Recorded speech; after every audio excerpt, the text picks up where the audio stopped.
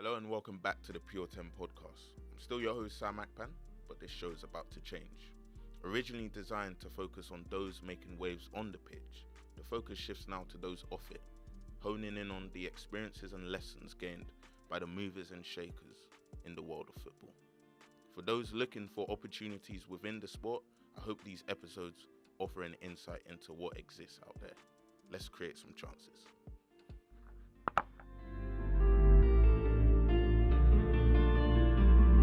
Hello everyone and welcome back to the Pure 10 podcast. I'm delighted now with the reintroduction to invite our first ever guest on. As I've said before, I'd love for this show to be able to educate people who want to learn more about the academy system, football in general, and I'm delighted to invite the director of the QPR Academy, Alex Carroll. Thanks for coming on. Thank you very much for having me. Being the first is a little bit of pressure, but no, I'm up for the challenge. We'll talk about pressure, we'll talk about all of that sort of stuff. I kind of want to start on something just as we were speaking about when we came in. You spoke about having a recent audit. How was all of that? Yeah, it was I think something that we're quite used to now. So we have two different types of audit. One is annually, and that is a check on our compliance, basically. So are we hitting all the rules that the Premier League and the EFL agree on at the start of each season? So it takes a day. It's done online, and they speak to a number of staff, interview us, and then we submit documents to them just to show that we are adhering to the rules that those guys set. So we are waiting for our report to come out, but we think it went pretty well. And then we're sort of awaiting probably next season a more thorough audit, which will look a little bit more like Ofsted, I would say. So you've got an audit team that come in and actually spend near enough a week with you and look into everything that you do. Yeah, it's interesting that you speak about the auditing because I guess the main question I really want to get from you is when we look at like academies and what makes a successful academy, how do you as like the leader kind of like choose what metric to kind of like judge it? Is it the auditing process? Is it category? Is it who comes out? How you treat the players? What kinds of things go into that consideration? Yeah, so I think each club does things slightly differently. For us, we focus our success measures, if you like, or our kind of key metrics around two different areas. So the first one for us is around playing return. So number of players that are making appearances in our first team. So you'll hear, I guess, quite different targets across different clubs, probably depending on where they are on their journey, their youth development journey, I guess. So for us, we look at number of debuts in the team, and we do it over each 3-year cycle. And then the second part of what we're sort of looking for in terms of success is return on investment. So I think since COVID, everything has been scrutinized more and more, and the academy system is one of those areas that people look into and want to make sure that something is coming out of it, and are the checks effectively that owners are writing, are they being repaid? So for us, we have a break-even measure as a minimum target. Of course, we want to show that we're bringing money into the club, but for us, we have a break-even measure again over a sort of a 3-year period. Cheers, thank you for that. So you spoke about like the relationship with the first team. Is that something that you would say is very much in your control, or is that very contingent on kind of like the manager at the time, the kind of structures that maybe extend further into the first team rather than academy staff and in your remit? Firstly, I'd say it's definitely in my remit to build relationships with those that work in the first team. I think it comes down to individuals and I guess their own skill sets in being able to develop those types of relationships. In my role, it's really important that I guess make effort to reach out and to speak to people on the first team side. I think everyone knows first team football, that there's so much pressure. Very much the focus is about winning on a Saturday or on a Tuesday night, and sometimes it can be quite difficult maybe to look further into the future, but that's where I guess me and my team have to make sure that we're the ones that are making that effort. We're very lucky here that we've got a director of football, Les Ferdinand, and a technical director, Chris Ramsey, who have kind of got a huge kind of emotional investment, if you like, in youth development from their careers. So they do a fantastic job for us in terms of bridging the gap between the two members of, or two groups of staff, should I say. And then we've been very fortunate to have some managers that have been very open as well. So just this close season as an example, Gareth Ainsworth has been in with us for only a small number of months in the first team, but we've had some really positive discussions already about pre-season. We were talking yesterday about the players from the B team that are likely to travel with the first team on their pre-season tour. So lots of exciting conversations. And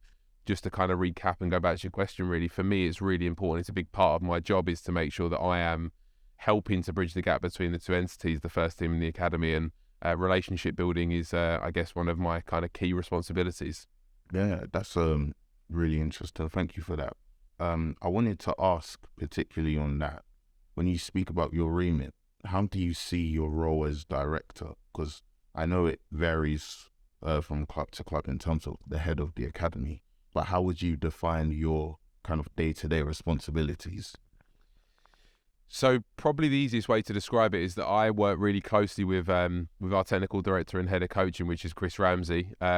He looks after all the on-the-field matters, if you like. So he's in charge of coaching and the recruitment side of the academy, and then I take care of, I guess, the more business-focused areas. So I'd be responsible for the day-to-day running of the academy, management of heads of department, the long-term vision and strategy, finances and budget planning, etc. So those would be the sort of the core elements that I would deliver. And be less involved. So I've not come from a coaching background. I've come from a business and a management background, and we work really closely together to make sure we get that balance. And I think we've been sort of running this model for over 5 years now, and it works really well for us. It sort of suits our skill sets, and I think you see more and more now in academies that academy managers or academy directors, whichever title a club feels comfortable with, the background of those people is now not just the most experienced coach as it used to be maybe sort of a decade ago. You have people from education, you have people from operations, sports science and performance, basically people who have been sort of trained in one particular way but have gathered a skill set to allow them to be effective leaders. Yeah. And on that, do you feel like, having had that focus in a business operational background, do you feel like you've had to necessarily widen your skill set in terms of maybe the more on-pitch technical coaching elements? Or are you very comfortable to leave that to kind of like Chris and the other? I think it's important to be, if you're in a leadership role in an academy and in a football club, I think you have to have an understanding of all areas. So I've worked hard in certain areas that, growing up I wasn't particularly exposed to. So medicine, sports science, some aspects of education. Those areas I've made sure that I've upskilled myself by building good relationships with people, learning from people, being open, making sure that you're authentic and willing to learn and sort of not trying to manipulate your way through it, asking for advice when it's needed. On the technical side, I would be much more involved in some of the background work in the technical side than I would be in some of the other areas. So, for example, at the club I look after our loans here. So that would involve liaising with the loan clubs, putting together the relevant kind of agreements with them, making sure that I'm the person that organises and actually goes out and watches the players and tracks their development progress as well. So for me, I will never be a coach. I did a bit of coaching in my sort of initial years here, sort of 2014, 15, 16. Quickly realised it wasn't going to be something that I felt best suited my skill set. Had good fun and having a go at it, and felt it was worth getting some level of badges at the sort of at the lower end to understand things. But for me, my focus more on the technical side has been down talent ID. So I upskilled myself by going on the level 4 talent ID strategy course in 2015, graduated 18 months later. And then that's the sort of the pathway, I guess, that I'm on, because my long-term aspiration will be to continue to have a foot in the door in youth development, but I would like at some stage to have a sort of a club-wide role. So for me to upskill myself on the talent ID pathway, which ultimately ends in sort of a technical director's qualification. That's my long-term aspiration. Yeah, that's amazing. So obviously starting in like the administration and operational sides to now almost having aspirations to go club wide. What do you attribute your development to? Like, what do you think has made you able to make the steps in your career? You've just surpassed 5 years as director of the academy. Didn't bring a cake, but congratulations. Like, how do you kind of attribute that growth project? Yeah, I think I'm probably not going to say anything that's revolutionary, but the first thing's I've worked really, really hard. So I've been fortunate to come across really good people in my career. I came up at a time when it was pre-EPPP, and that meant that we were a much smaller workforce. So when I grew up and came through sort of Tottenham's academy working there, I think we probably had less than 10 full-time staff, but I was sitting in an office with John McDermott, who's now technical director of the FA, Chris Ramsey, who's technical director at QPR, Richard Allen, who's held some prestigious roles and he's now working for FIFA.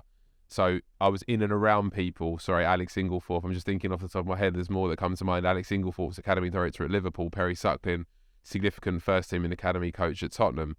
I had those people at my disposal every day, and I knew that by working really hard, I was building trust and rapport with those guys, and they would then in turn give me opportunities. So I learned that very quickly. It was a steep learning curve because I think my first week at Tottenham, I was all over the place. I remember going home and saying to my mum, I'm not sure this is going to be for me. I think it's too fast paced. I'm not sure I can handle it, but got a lot of good help.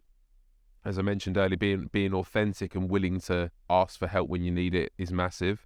And then I think something that I inherited from my mum, who was a teacher, was a thirst for learning. So we've just discussed about widening, I guess, my knowledge by going sort of down the talent ID route. It's not an essential in my role. I could probably quite easily operate without having to go on that program, without extending the Premier League's EAM program onto a Masters, but I find it very difficult to turn up opportunities to learn. I think I've inherited that. I'm very lucky that I was brought up to have that attitude. So I've tried to carry that through and yeah, kind of almost replicate what I think my mum would do in that situation. Yeah, you speak about that steep learning curve. So I find that like maybe a lot of people that I've spoken to, sometimes there's a difference between whether you feel experienced enough to take responsibilities that are then given to you, and sometimes you almost feel like what I have is maybe too small and too light and I want more responsibility. Did you find that you almost felt like you were maybe underqualified at points, or was it the fact that you felt overqualified? How was that, Jet? I've definitely felt underqualified. I've definitely had imposter syndrome. I think lots of people worldwide have it. I think lots of people in the game have it as well. So I think I've always been quite young to get certain roles. So when I achieved them, obviously very proud, but there's definitely been some level of imposter syndrome there. So I can remember going on initial development courses and being around really experienced people and sort of first contact feeling a little bit insignificant and thinking, well, how am I going to contribute to this conversation because this person has done that in the game, or this person has coached or recruited that person. But quickly realised that actually my own journey and the skill set that I've developed, I think, has been fairly unique, and therefore I'm in a position to contribute based on what I can bring to the party. So I can understand the conversations that are going on, but I can also bring something new. And I think it's slightly cheesy, but I put on a presentation recently, there's a really good Richard Branson quote about if you don't know how to do something, just say yes and work out how to do it later. If that around the job opportunity is an example. And I think when I got this role as academy director, I'm sure because of my background there may have been a couple of questions raised, but for me it was then about going back to the traits that we spoke about in the previous question: hard work, authenticity, ask for help when you need it, work really hard, and then you're going to be in a position where you're going to be able to lead effectively, and I'm hopeful that I'm in that now. So how would you define your leadership then? Having kind of like been very true to yourself, now that you're in a leadership position, how do you like maybe define how you look to lead others and that kind of thing? Yeah, I don't think I'm your kind of old-fashioned shouter or anything like that. I think I'm a fairly good strategist, and I like to try and bring people with me on a journey, if you like. So one of the things that I judge myself on here is becoming a renowned developer of people. So I mentioned earlier that I'm not going to be the person out on the grass very much. I'll be out there on occasion, but I'm not going to be the one leading coaching sessions. So I can't necessarily develop the players in that sense. But for me, it's around developing the people in the environment. So I can help to develop the players off the pitch, but certainly the staff. I'd like to think that I've helped a number of those guys move on in their careers, whether that's internally or externally. We're very proud that a lot of the workforce here are not in their first job at QPR. They've moved on and been promoted into a different role, and that's something that I actually judge myself on as a leader, is trying to help people reach their potential, whether that's the young people that are in our care every day, whether that's the people that come to work every day here. So for me as a leader, I would like to be, if I'm looking back at a career, I'd like to be known as someone that helped others to achieve their own potential, but ultimately, of course, then being a flag bearer for the academy and being someone that has helped to deliver success for the club based on the metrics that we spoke about at the start. So when it comes to celebration of that, obviously, like just hearing what you said about your journey from Tottenham, obviously starting out a placement at Tottenham, kind of read your LinkedIn before, had to come prepared. But taking the steps now to be director, working your way up at QPR, like the people you were saying as well, kind of like, where does celebration come? Is that maybe when you kind of like finish a degree, finish a master's? Is that at the end of a season like now? Or when do you kind of like make that space to say, okay, I've done something amazing here, I need to like celebrate? Because football, there's always a next season. The academy, there's always a new cohort coming in, and maybe decisions being made on like the careers of those already in it. Where do you find that space in like a never-ending system? I'm probably not the best at celebrating success. I'm always, I wouldn't say worried, but always considering what comes next, because football, as you mentioned, is so fast-paced that things can change quickly, and all of a sudden, reputations can move up or down. So I guess there's some elements of a personal success. So if we met obviously on the Premier League's EAM program. So for me to graduate from that alongside some incredible and brilliant people in football, that was a really big moment for me. And moving on to the Masters program is probably something I didn't think I'd be doing at this stage and holding down a full-time role. So it's been a good challenge, but I wouldn't say I spend much time celebrating that. I might, we had a fantastic evening where we had the graduation, and it feels like it's a really important moment to share with people. But the next morning it's very much about what's next on the agenda for the academy. So there are some small spaces for personal celebration, but in terms of in work, my job is very much about the long term. So I have to constantly be scanning what comes next and planning for the academy, planning for people, planning for the players, opportunities. So I don't often, if I'm honest, sit back and think we've done a great job. I'm always thinking about what can we do next. But I'd certainly be a bit slightly hypocritical, but I'd certainly encourage the staff to reflect on the job that they've done and how much they've brought to the party, because we have had some good success here. It's a rocky road, like all kind of development programs are, I think, but we've had some absolutely brilliant moments, whether that's players making appearances, players being sold for a lot of money and bringing in revenue to the club, or young people going out of here and going on to incredible things in their career. Getting the phone call and hearing about players getting enrolled on programs in American colleges gives you a feeling that can't really describe it. It feels like a player's walked out of Loftus Road and made an appearance in the first team. So you have little glimpses of it, but you can't stand still. If you do, I think you're in trouble. Yeah. And I was even gonna say, in terms of the stillness at QPR, I know like the plans for the new training ground and kind of like maybe managerial shifts. Do you feel like it's easier or more difficult for you to lead when there's that kind of like maybe change happening concurrently, or because of the fast pace, it kind of, you just roll with the punches and see whatever happens? I think for me, it's really important to remain consistent. So the average tenure, I think, at the moment of a championship manager is 8 months across the game, which is just remarkable. So we've been in a position this season where we've had 4 managers, because we had Paul Hall was interim, who's made the promotion, who's done a fantastic job at this football club, moved from the academy, running our sort of B team program into the first team now, and he's part of Gareth's staff. So we have had 4 managers this season. So obviously a lot of change at first team level. Been a difficult season at first team level, but thankfully secured our safety, and now we're in a building phase. So for me, in terms of leading the academy, very fortunate that when Les Ferdinand came in, he was consistent in saying, whatever happens at first team level, I don't want the academy to have major kind of structural changes as and when new managers come in. I need that to remain a constant.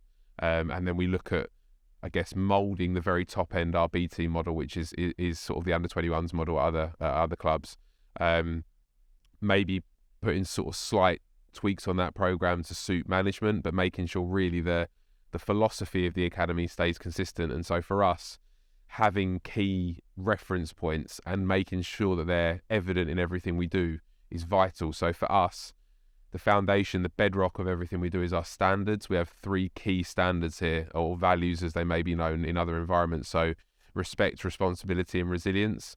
So for me, if we can get those things to come out in everything we do, whether that's with staff, players, whether that's in the environment and building a culture, I think you're in a good position. And for me, that's how we can maintain consistency, even when there might be some change above us.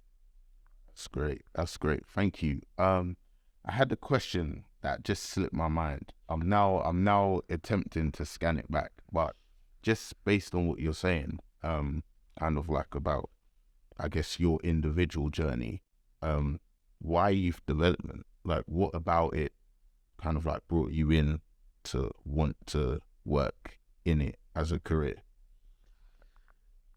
I definitely didn't know it would be youth development all the way through. I was fortunate to get my first level of experience in Tottenham's academy, and it was just the experience of working with young players, young children in that environment that gave a great feeling. I mean, I was probably a similar age to when I first joined in there, sort of 18, 19. So this is going back to 2008. Being a similar age to the boys that were training on a full-time program there every day, built really strong relationships with them. I've always absolutely loved football, but was never going to be anywhere near good enough to play. So I don't believe that. So to work in the game was after sort of stepping through the doors at Tottenham was then the definite. The definite was wanting to work in football, and I had experiences there where I was able to work across first team and academy. But there's a feeling you can't replicate when young people in your care succeed or fail, and you help them to get back on track. There's just a feeling that you can't explain. So recently we had a game, first team game against Watford, and one of the players that had been here since the age of 8, Aaron Drewe, played in the game. I believe he was man of the match. If he wasn't, then he should have been. He was outstanding against Watford's 2 wide men who are worth a combined probably £40 million in terms of the fees that they cost. And I got on the train afterwards, and I had all the intentions. I was travelling a couple of hours somewhere, and had all the intentions of sitting there and doing some work and some planning. Actually, it might have been for the Masters, and I just couldn't because I just had a buzz.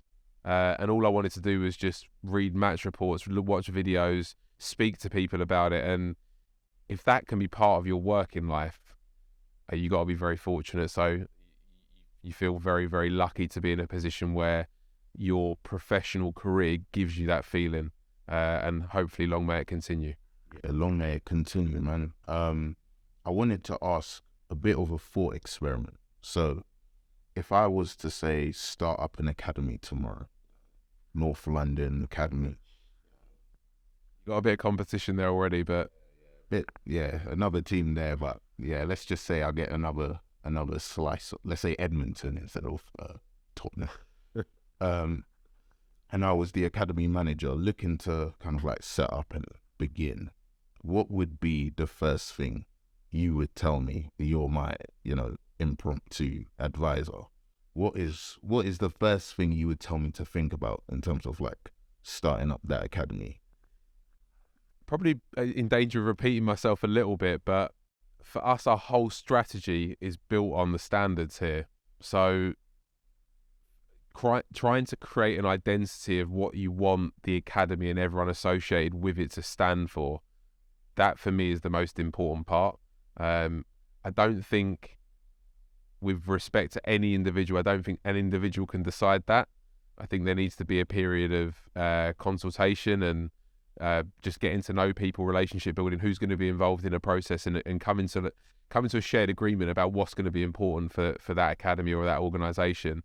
Then there's obviously layers on top of that. But for me, it's building the key values or the standards as we call them here, what you want the academy to stand for, and then think about building a structure with those things in mind, building a structure to deliver a strategy. But I think it's also important to understand, obviously an academy is part of a club and has to feed into an overall strategy. So before you can start thinking about how you're going to set departments up and all that kind of that good HR stuff, I think you need to understand what the club is expecting. What are the expectations set from the board?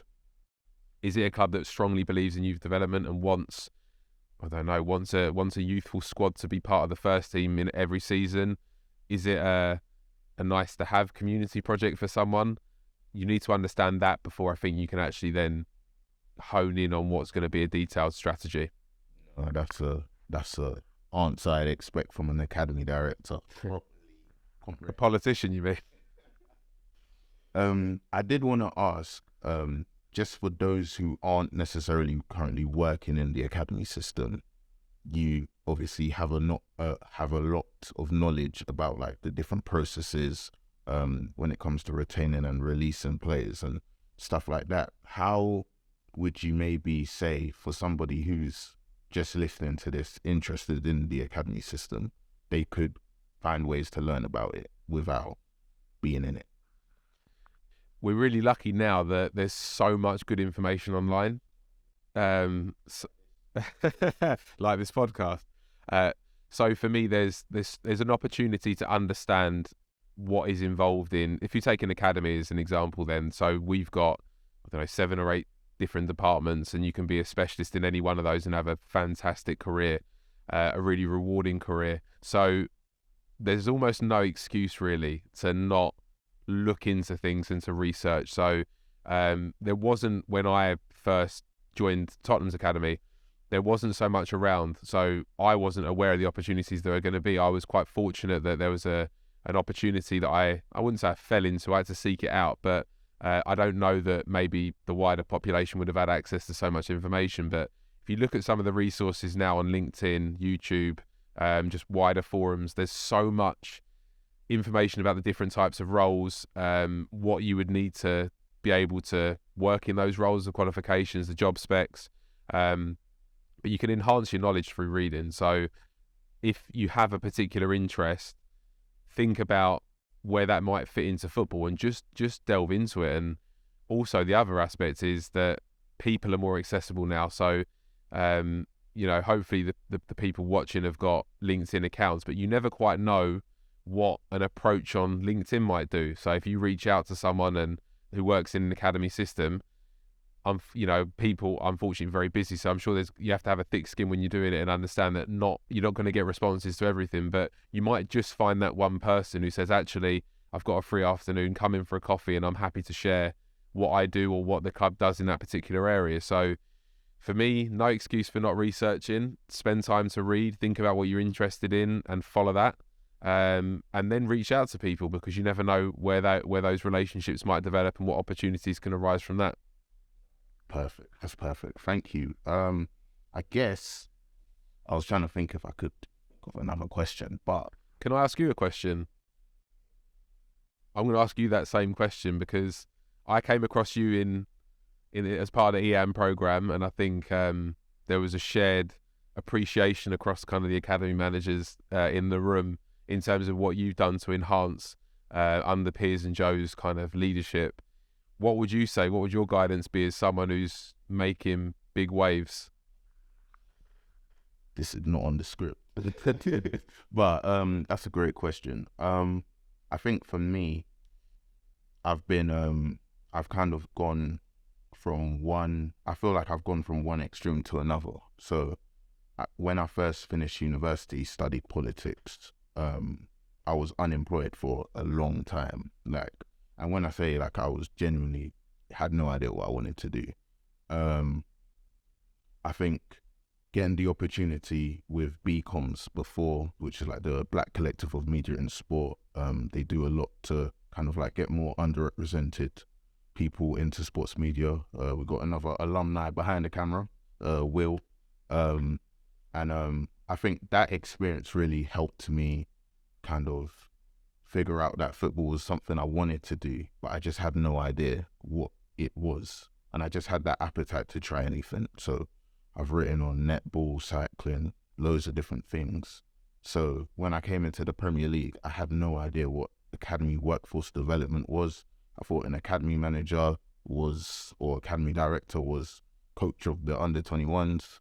But I think being able to just jump into those spaces and just try things, build connections, and try to be myself and as authentic as possible has probably served me well. So hopefully that's the answer. I wasn't expecting to answer any question. It's much better than my answer, so there you go. Nah, man, it's not quite got the AC QPR gravitas, but I'm trying. But I think that's the perfect place to say thank you, honestly. And I guess the last question is, what's next for you? You spoke about the talent ID journey, maybe looking kind of club wide, and building your skill set. Is there anything else that you're doing to kind of maybe just keep holistically improving? Yeah, so at the moment I'm enrolled on Masters in Sports Management with support from the Premier League at the University of Portsmouth. So just submitted a research proposal on that. So academic referencing was something to revisit. That was Any spoilers on what the research proposal was?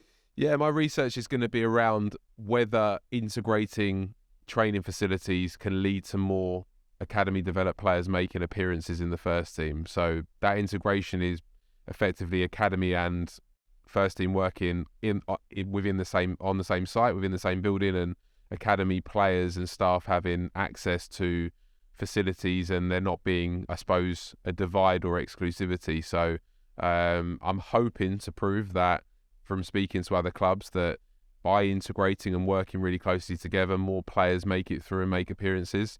That's the hypothesis anyway, so we'll see how that goes. So I've got that Masters running in the background, and then professionally, all eyes on QPR Academy for me. So I've got, everyone's of course got long-term aspirations, but for me it's about delivering success for this football club, for the owners here who have been fantastic for the academy.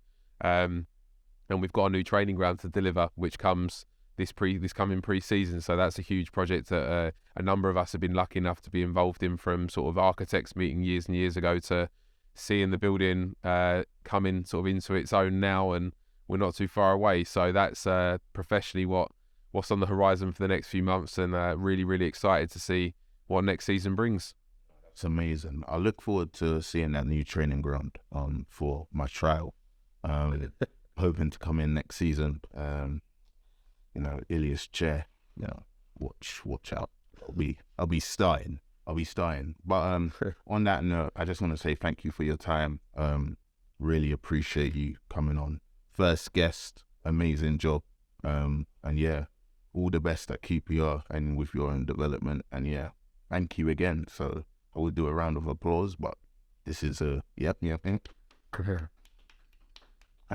thank you. So for future, I guess if you enjoyed listening to this, feel free to subscribe for more episodes like this. Maybe, not him, but, other voices. other voices. As you can tell, I'm not really good at ending shows. But yeah, thank you for listening, and we'll speak to you soon. Take care.